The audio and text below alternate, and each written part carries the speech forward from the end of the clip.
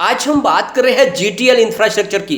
GTL infra से बहुत बड़ी अपडेट निकल के आ रही है, दो तीन, जिनको एक एक करके डिस्कस करेंगे। यहां पे राकेश झुनझुनवाला की तरफ से बहुत ही बड़ा बयान निकल के आ रहा है। एक तरह से कहे तो चौंकाने वाला बयान है टेलीकॉम सेक्टर के लिए। क्या है वो बयान, उसके क्या मायने, उसको जानेंगे इस वीडियो के माध्यम से। दूसरी तरफ अगर आप देखेंगे तो वीआई की तरफ से भी बयान है, उसको भी देखेंगे। और सरकार ने 5G को लेकर बहुत बड़ा बयान दिया है। तो यहाँ पे बहुत सारी अपडेट है जिनको एक एक करके डिस्कस करेंगे। हमारे सामने जीटीएल का रिजल्ट भी आने वाला है 11 तारीख को। उसके पहले क्या संभावना बन रही है, तो क्या इस समय हमें जीटीएल में इन्वेस्टमेंट करना चाहिए या फिर हमें Q1 का रिजल्ट देख के उसके बाद में डिसीजन लेना चाहिए। तो बहुत सारे सवाल है जिनके जवाब जानने की कोशिश करेंगे इस वीडियो के माध्यम से। क्या ये छोटा सा पेनी स्टॉक आने वाले समय में हमें कई गुना रिटर्न दे सकता है या फिर हमारे इन्वेस्टमेंट को डुबा देगा। वैसे अगर आप देखें तो ये फंडामेंटली बहुत वीक कंपनी है, लेकिन एक समय ये कंपनी टेलीकॉम सेक्टर में राज करती थी। तो क्या आने वाले समय में फिर से इसके वही दिन आ सकते हैं। जिस तरह से अमेरिकन टावर कंपनी का कहना है कि आने वाले समय टावर की संख्या को दुगुना करना होगा, तो क्या ऐसे में ये एक टावर का मजबूत नेटवर्क संभालने वाली कंपनी क्या फिर से एक मल्टीबैगर बन सकती है। तो आपके मन में भी बहुत सारे सवाल होंगे जिनके जवाब एक एक करके हम जानेंगे इस वीडियो के माध्यम से, और जो लेटेस्ट अपडेट निकल के आ रही है उनको भी देखेंगे। लेकिन फ्रेंड, उससे पहले अगर आप पहली बार हमारे चैनल पे आए तो चैनल को सब्सक्राइब कर दीजिए, एक बेल आइकॉन दबा दीजिए ताकि जब भी नया वीडियो बने पहला नोटिफिकेशन आपको मिले। वीडियो पसंद आए तो लाइक शेयर जरूर। चलो फ्रेंड्स, वीडियो स्टार्ट करते हैं। मैं हूं आपका दोस्त एसबी दवे और हमारे अपने चैनल ऑनलाइन कमाई में आपका बहुत बहुत स्वागत है। सबसे पहले ट्रेडिंग को देख लेते हैं। तो कल स्टॉक 1.45 पर क्लोजिंग दी है, जहां पे हमें कोई भी अप डाउन देखने को नहीं मिला। यानी जो क्लोजिंग पिछले दिन की थी वही क्लोजिंग पर क्लोजिंग रही है। लेकिन आने वाले समय यहाँ पे तेजी बन सकती है, लेकिन अभी फिलहाल रिजल्ट के पहले लोग वेट एंड वॉच कर रहे हैं।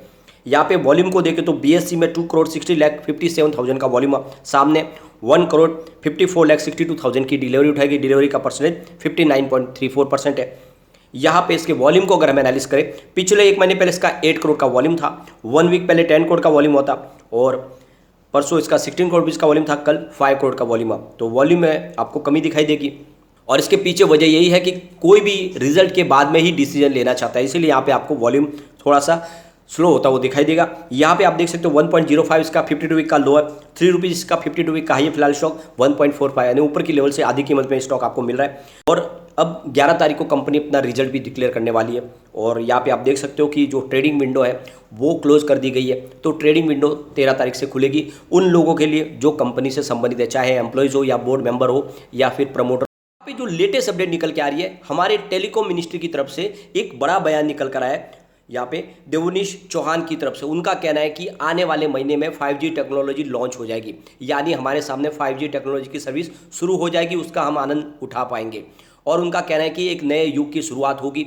साथ में उन्होंने एक बड़ा बयान दिया है कि 5G तो हम शुरू कर चुके हैं, लेकिन हम 6G के ऊपर कामकाज शुरू कर चुके हैं। जल्दी हम 6G टेक्नोलॉजी भी लाने वाले हैं। यानी एक तरह से 6G टेक्नोलॉजी में पूरे वर्ल्ड में इंडिया सबसे आगे रहना चाहता है। और आप देख सकते हो कि एक नए युग की शुरुआत होगी, एक नया रिवॉल्यूशन आएगा, और इसीलिए बहुत सारे इन्वेस्टर इस सेक्टर में आने वाले। तो 5G के साथ में ही एक बड़ी स्पीड की शुरुआत भी होने वाली है। जो लोगों को प्रॉब्लम थी कि कई बार लोग कोई भी अपनी मूवी देख नहीं पा रहे थे, साथ में यहाँ पे टेक्नोलॉजी तो काफ़ी अच्छी थी 4G के, लेकिन बहुत सारे कस्टमर होने की वजह से वो सर्विस उनको मिल नहीं पा रही थी। कई क्षेत्र में तो 2G से भी खराब सर्विस मिल पा रही थी 4G की। तो ऐसे में 5G एक वरदान साबित होगी, क्योंकि ये आप देख सकते हो 4G से 10 गुना ज़्यादा स्पीड देने वाली सर्विस है। साथ में अगर देखें तो इस 5G के ऑक्शन में, जहाँ पे कहा जा रहा था कि इतना उत्साहवर्धक योगदान नहीं रहेगा इन कंपनियों का, लेकिन उसके उलट बहुत ही ज़बरदस्त योगदान रहा है। करीब 1.5 लाख करोड़ रुपीज़ की नीलामी हुई है स्पेक्ट्रम की पहली बोली के समय, और इसमें आप देख सकते हो कि सबसे बड़ी जो बिडर है वो है रिलायंस जियो, जिन्होंने 88,078 करोड़ रुपीज़ का बहुत बड़ा निवेश करने की घोषणा की है। और एक तरह से वो पूरे बाजार में अकेले होंगे, और जिस तरह से उनकी पोजीशन नंबर उनकी बनी वो आगे भी बनी रहेगी, क्योंकि उन्होंने सबसे महंगा स्पेक्ट्रम बैंड लिया है 700 मेगाहर्ट्ज़ का। और आप देख सकते हो कि इसलिए उनकी जो पहुँच होगी वो आगे होगी, और उनकी सर्विस भी अलग होगी। दूसरी तरफ अगर आप देखें तो टेलीकॉम सेक्टर को प्रचुर संभावना निकल के आ रही है, लेकिन इसके बीच में एक बयान वीआई की तरफ से आया है, वोडाफोन आइडिया की तरफ से, जो मैनेजमेंट का कहना है कि आने वाले साल में यानी 2022 के एंड के पहले पहले एक बार फिर से प्राइस बढ़ सकती है। आप समझ सकते हो कि टैरिफ हाइक होने वाला है। इसके पीछे वजह ये बताई गई है कि अभी भी कंपनियों को उतना शानदार प्रॉफिट नहीं हो पा रहा है, और इसके लिए ज़रूरी है कि एक बार प्राइस बढ़ाई जाए। तो आप समझ सकते हो कि अब प्राइस बढ़ने की शुरुआत होने वाली है। आने वाले समय जो हमें सस्ती शुरुआत जो सर्विस मिलती थी अब वो बंद होने वाली है। कई समय तक तो हमने देखा था कि इनकमिंग बिल्कुल फ्री थी, और लोग सिर्फ 5 या 10 रुपये इस्तेमाल करके पूरा महीना निकाल देते। अब वो ज़माना गया है, अब हमें खर्च पैसे करने होंगे, लेकिन उसके बदले में हमें बहुत ही हाई क्वालिटी की सर्विस भी मिलने वाली है। तो ये आप समझ सकते हो कि आने वाले समय में प्राइस बढ़ती हुई दिखाई देगी। और 5G तो वैसे भी ऑक्शन काफ़ी महंगा रहा है, तो इसके वजह से 5G सर्विस तो प्रीमियम रेंज में आने वाली है, उसकी प्राइस तो और भी ज़्यादा होगी।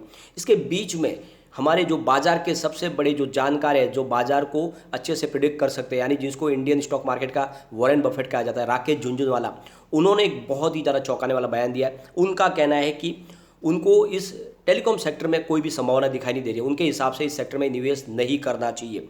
उनका कहना है कि अगर निवेश करना हो तो PSU बैंक में कीजिए, वहाँ पे अच्छा रिटर्न मिल सकता है, लेकिन आने वाले समय में इस सेक्टर में कोई संभावना नहीं। उसके पीछे उन्होंने वजह बताई है कि इस सेक्टर में सबसे बड़ी प्रॉब्लम है कि जो बिजनेस की जो रेवेन्यू है वो काफ़ी कम मिलती है, और जिस यहाँ पे प्राइस रखी गई है उस हिसाब से इसमें आगे प्रॉफिट, जो कंपनियों को ज़्यादा प्रॉफिट की संभावना नहीं बन पा रही है, और इसीलिए इस सेक्टर में अगर निवेश करेंगे तो इन शेयरों की प्राइस भी ज़्यादा बढ़ती हुई नहीं दिखाई देगी। तो आप कह सकते हैं कि राकेश झुनझुनवाला इस सेक्टर को लेकर फिलहाल बिल्कुल बुलिश नहीं है। दूसरी तरफ एक और बड़ी अपडेट निकल के आ रही है। 5G की वजह से एक नया जॉब अपॉर्चुनिटी निकल के आ रही है। 5G बहुत सारे नए जॉब क्रिएट करके देने वाली है, और एक तरह से जो हमारे देश में अनएम्प्लॉयमेंट की जो बड़ी प्रॉब्लम है, क्योंकि हमारी पॉपुलेशन बहुत ज़्यादा है, तो ऐसे में सबको जॉब चाहिए, और ये 5G की वजह से अब वो मुमकिन हो पाएगा, लोगों को जॉब मिल पाएगी, क्योंकि नई टेक्नोलॉजी आ रही है। और आप देखोगे कि आने वाले समय में काफ़ी ज़्यादा ये बढ़ने वाली टेक्नोलॉजी है। इंडिया आप देखोगे तो यहाँ पे एक्सपोर्ट भी कर रहे हैं 5G की बहुत सारी सर्विस, बहुत सारी कंपनियों ने कमर कस ली, IT सेक्टर भी योगदान दे रहा है। तो ऐसे में आने वाले समय में ये छोटा सा जो पेनी स्टॉक है, ये भी एक बड़ा मल्टीबैगर बन सकता है।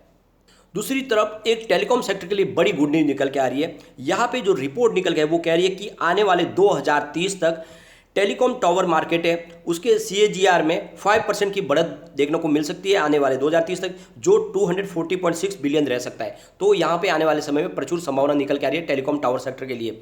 तो ऐसे में ये छोटी सी कंपनी आने वाले समय में कमाल करती हुई दिखाई दे सकती है, तो रिस्क के साथ निवेश कर सकते हैं। वैसे अगर आप देखें तो हमें रिजल्ट को भी इंतजार करना होगा, जो 11 तारीख को हमारे सामने होगा। इसके पहले अगर हम इसके आंकड़े देखें तो मार्च 2021 में इनका रेवेन्यू 371 करोड़ रुपये का था, जून 2021 में 362 करोड़ रुपये का इनका रेवेन्यू था, सितंबर 2021 में कंपनी को 364 करोड़ रुपये का रेवेन्यू मिला, दिसंबर में रेवेन्यू बढ़कर 371 करोड़ रुपये तक पहुंच गया, मार्च में थोड़ी सी कमी रही लेकिन 366 करोड़ रुपये का रेवेन्यू मिला। तो आप देख सकते हो कि लगभग रेवेन्यू मेंटेन है। इस बार अगर आंकड़े थोड़े और उत्साहवर्धक आते हैं तो फिर यहाँ पे प्राइस तेजी से बढ़ सकती है। आप देख सकते हो कि मार्च में इनको 683 करोड़ रुपये का बड़ा लॉस हुआ था, लेकिन जून में लॉस घट के 217 करोड़ रुपये तक आ गया, और सितंबर में इनका लॉस और कम हुआ, 207 करोड़ रुपये का लॉस रहा, और दिसंबर में इनका लॉस मात्र 197 करोड़ रुपये तक रह गया था, जिससे लगने लगा था कि आने वाले समय में कंपनी प्रॉफिट में आ सकती है। लेकिन मार्च 2022 में फिर से उलट हो गया, 853 करोड़ रुपये का बड़ा लॉस हो गया, और इसी वजह से यहाँ पे स्टॉक के अंदर बड़ी गिरावट हमें देखने को मिली। इस बार अगर कंपनी लॉस में कुछ कमी करती है तो फिर से प्राइस बढ़ सकती है, और स्टॉक एक तरफा दौड़ते हुए 100 को भी टच कर सकता है। तो इस बार में रिजल्ट का इंतजार करना होगा। सबसे बड़ी बात है इसका नेटवर्थ है वो भी काफ़ी निगेटिव हो चुका है, जहाँ पे आप देख सकते हो मार्च 2021 में 1287 करोड़ रुपये का निगेटिव था, वो बढ़ के मार्च 2022 में 2746 करोड़ रुपये तक पहुँच गया। तो कंपनी की सेहत फिलहाल ख़राब है, लेकिन अगर हम देखें इसके टेक्निकल इंडिकेटर तो समरी फिलहाल बाइक की कॉल दे रही है, ऑस्किलेटर्स भी बाइक की कॉल दे रहे हैं, और इसके अलावा अगर मूविंग एवरेजेस देखें तो वो स्ट्रॉन्ग बाइक की कॉल दे रहे हैं। तो टेक्निकल लेवल बुलिश है, तो आने वाले समय फिर से अपर सर्किट का दौर शुरू हो सकता है। यहाँ पे कम्युनिटी सेंटीमेंट भी स्टॉक के साथ बना हुआ है, क्योंकि 64% बाइक की कॉल है, 36% सेल की कॉल है, तो लोगों का रुझान अच्छा का स्टॉक की तरफ बना हुआ। एक बार इसके पिवट लेवल को चेक कर लेते तो यहाँ से अगर गिरावट होती है तो 1.35 का फर्स्ट सपोर्ट है, ये सपोर्ट टूटा तो 1.25 तक स्टॉक चला जाएगा, और नीचे गया तो 1.20 तक जा सकता है। पॉजिटिव अगर माहौल बनेगा तो 1.50 का फर्स्ट रेजिस्टेंस है, इसको पार किया तो 1.55 तक स्टॉक जाएगा, और ऊपर गया तो 1.65 तक जा सकता है। तो ये स्टॉक ऐसा है जो बिल्कुल रिस्की है, एक तरह से पेनी है, पूरी तरह से इसकी प्राइस भी काफ़ी नीचे। तो या तो ये इस पार या उस पार है, या तो आपके निवेश को ये 100 रुपये तक भी लेके जा सकता है, या आने वाले इसमें आपके निवेश को 10 पैसे 20 पैसा भी कर सकता है। तो इसीलिए बहुत ही कम इसमें इन्वेस्टमेंट करना चाहिए। ये मैं आपको बिल्कुल रिकमेंड नहीं करूँगा कि आपको इसमें बड़ा इन्वेस्टमेंट करना चाहिए, थोड़ा सा सिर्फ एक लॉटरी के टिकट के बराबर इसमें निवेश करना चाहिए। लग गया तो जैकपॉट, वरना पैसे चले जाएंगे। लेकिन फ्रेंड, कोई भी इन्वेस्टमेंट करने से पहले अपने फाइनेंशियल एडवाइजर से एडवाइस ले ले, या अपना खुद का रिसर्च करें, क्योंकि मैंने वीडियो आपके एजुकेशनल पर्पज के लिए ही बनाया। वीडियो पसंद आए तो लाइक शेयर जरूर कीजिए और चैनल को सब्सक्राइब कर दीजिए। Thank you friend.